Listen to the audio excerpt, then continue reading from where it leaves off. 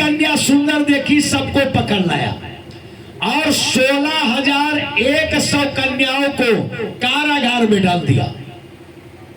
भगवान को पता चला, जाकर के मुरु नाम दैत्य का वध किया, उसके नगर को तहस नहस करके और भौमासुर का वध किया और 16,100 कन्याओं को कारागार से मुक्त किया। भगवान ने कहा राजकुमारियों अपने अपने घर जाओ। तो उन राजकुमारियों ने कहा अब हम कहां जाएं? हमें कौन स्वीकार करेगा? जो देखेगा यही कहेगा भौमासुर के पास रह करके आई है, अब हमारा वर्ण कौन करेगा? तो उन 16,100 ने एक साथ भगवान को वरमाला पहना दिया। ये 16,108 ये भगवान की रानियां हुई। संक्षेप में इनके वंश का वर्णन, प्रत्येक रानी के 10-10 पुत्र हुए। प्रत्येक रानी के, हे राजन, 10-10 पुत्र हुए।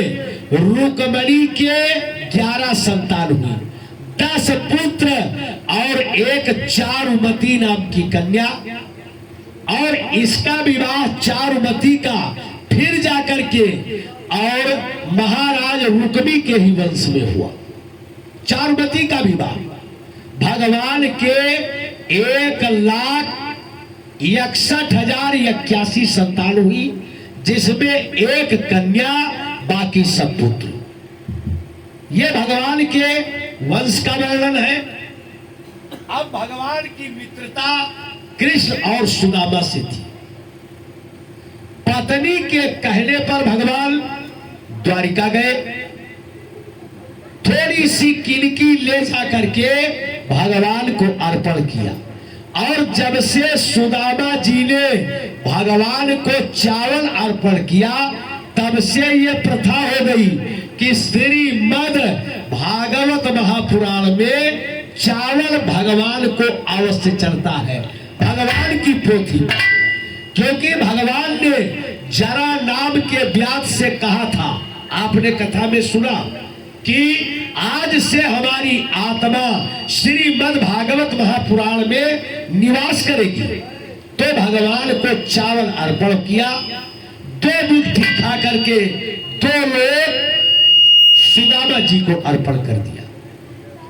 हे राजन, तत्व ज्ञान का अंतिम उपदेश देकर के श्री सुखदेव स्वामी जी चले गए और जनमेजय जी ने बड़ी व्यवस्था किया।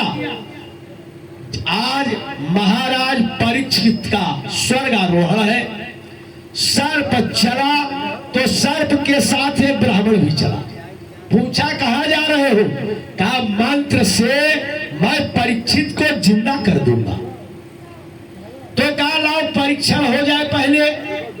ये बरगद का पेड़ है, इसको मैं डसूंगा।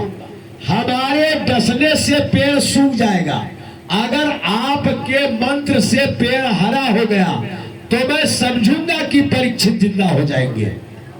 सर्प ने डसा, वृक्ष सूख गया और जैसे ब्राह्मण ने अंजलि में जल लेकर डाला, मंत्र पढ़ के नई नई कोपले निकल आई। तब तक्षक ने समझा बुझाकर अनुनय विनय कर ब्राह्मण को वापस किया। जाकर के परीक्षित को डसा, लेकिन उनके चित्त की समस्त वृत्तियां पहले भगवान में अर्पण हो चुकी थी। लेकिन जैसे डसा, परीक्षित का शरीर जल उठा। देवता लोग साधु साधु कहकर पुष्पों की वर्षा किया। जनमेजय जी ने अंतिम संस्कार किया। सर्प सत्र यज्ञ का शुभारंभ किया। सारे सर्प गिरने लगे हवन कुंड में। तो जनमेजय ने कहा तक्षक कहां है? आचार्यों ने कहा कि वो देवराज इंद्र के सिंहासन में चिपक गया है। तो कहा सिंहासन के समेत आवाहन कर दो। और जैसे ब्राह्मण मंत्र बोले, इंद्र का इंद्रासन डगमगाया, सारे देवता प्रकट हो गए और बृहस्पति ने कहा राजन ये हिंसा का यज्ञ बंद कर दो। बड़े बड़े महात्माओं ने समझाया कि आपके पिता की अधोगति नहीं हुई और देवताओं के समझाने पर महाराज जनमेजय ने सर्प सत्र यज्ञ को बंद कर दिया।